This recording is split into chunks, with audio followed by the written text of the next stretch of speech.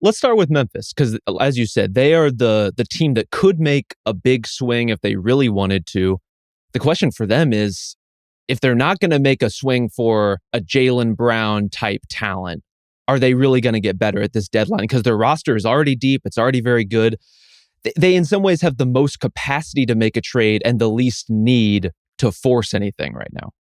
Yeah, and the other piece is, do you want to mess with what you have? Because this team, I think if you're going just by identity in the league right now, I think only 3 teams probably have a legitimate identity, right? Golden State, Phoenix, and Memphis. I don't know if anyone in the East, now Milwaukee will have an identity eventually, but the fact that Lopez has been out all year and they're just not as malleable as they were last year. So I'm not sure they have. Chicago's been ravaged by injuries. Brooklyn, God only knows what's happening. Philly's being held hostage by this Simmons thing. I don't know if anyone in the East has an identity. I think Memphis does. And I would be really, really nervous to tinker with it if I was them. But as you said, they have 3 first-round picks. They have Zaire Williams, who I think has a lot of asset potential. He's looked pretty good this season. I think better than some of the draft experts thought. They also can patch together all kinds of trades. They have $25 million in expirings. They have Steven Adams, who makes like 17. So they're basically any kind of trade you want, they can accommodate it. The question is, will they? I mean, I think we're probably in agreement on what they need, right? Which is a shot creator who can work alongside Ja, and preferably one who's like a small forward, big wing type. Like that's the hole in their roster, right? I mean, all right, Sabonis. Okay. If you could package all of their stuff and just put Sabonis on this team. Yep. Is that somebody who could play crunch time for them? Could they put him next to Triple J and John Morant in 2 wings? And is that team even harder to stop than it is now? Sabonis to me is the upside move. And his contract's pretty reasonable, right? He's only making like 23. They could either put Adams in the trade with an expiring. They could just throw expirings in there. And they have all these picks. They have their own pick. They have Utah's pick, which, normally you would say it's going to be 27th, but who knows? The arrow's pointing down for them. That pick could be like 20th, and then they have the Lakers pick, which is a wild card pick. So if you're Indiana and you're tanking anyway, you want Sabonis off your team, and you want a huge package for him if you're trading him, and you can get 3 first-rounders back and Zaire Williams and Adams. I don't know. You would have my attention, right?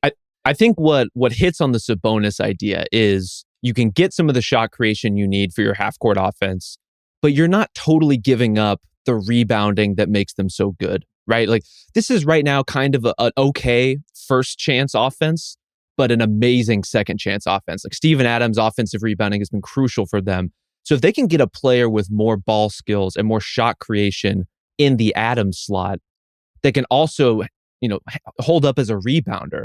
That would be huge. And at the same time with Sabonis, you're still allowing yourself minutes to play Jackson at the 5 with Brandon Clark, which has been such an effective combination for them. I could see that working. The question, as always with Sabonis, and particularly in the Grizzlies' position, is this the chance or do you wait? Because they have a lot of young players. They have these picks that they probably need to redeem sooner than later. But they can play their options here. They could wait till the draft. They could wait till the offseason to make whatever their push-in move is. But right now, their roster is good enough to justify it. They are good enough to justify taking some kind of leap forward. Yeah, or you could say, let's just see how it plays out this year. And we know heading into this summer, we're losing some contracts. Adams becomes an expiring. We'll have 3 picks in the draft, and maybe that's when we upgrade. I was thinking, if it's not Sabonis, because Sabonis is the only one that makes sense to me. But the other spot you could argue that they could upgrade is the Kyle Anderson spot, right? Who, sure. I think we all like Kyle Anderson, but I also think they get a better player at that spot. He's making 9, but you could package some contracts together. You could kind of move pretty quickly into the Harrison Barnes, Marcus Morris range with that, right? Yeah. If you're the Clippers, you could get out of Marcus Morris's contract. You're not going to compete for the title this year anyway. Maybe you pick up a pick. You don't have any picks. You don't really have that much of incentive to tank because OKC's getting your pick. But on the other hand, you don't really have an incentive to just keep an expensive roster together either. So that's one.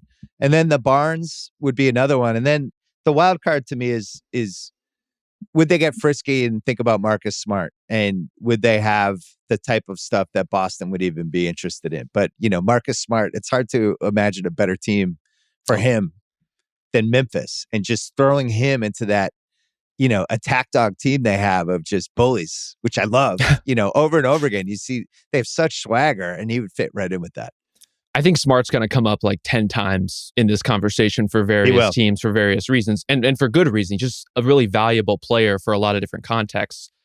I think the Kyle Anderson spot, though, is the kind of spot I would hesitate to upgrade if I were the Grizzlies, for exactly the reasons we've laid out. The vibes are so good, and the balance is so delicate. And Kyle Anderson specifically is the guy who does not need to shoot. Like, he is perfectly happy facilitating and setting up other guys and playing more of a supplementary role. You plug Marcus Morris in there, some nights Marcus Morris is going to take 15 shots when you want him to take 8. It's just the reality of who he is as a player. And are you willing to kind of risk tipping that balance for what might be kind of a marginal upgrade on the second unit of your team? Well, we've reached part of the podcast where I compare somebody to the Boston Celtics.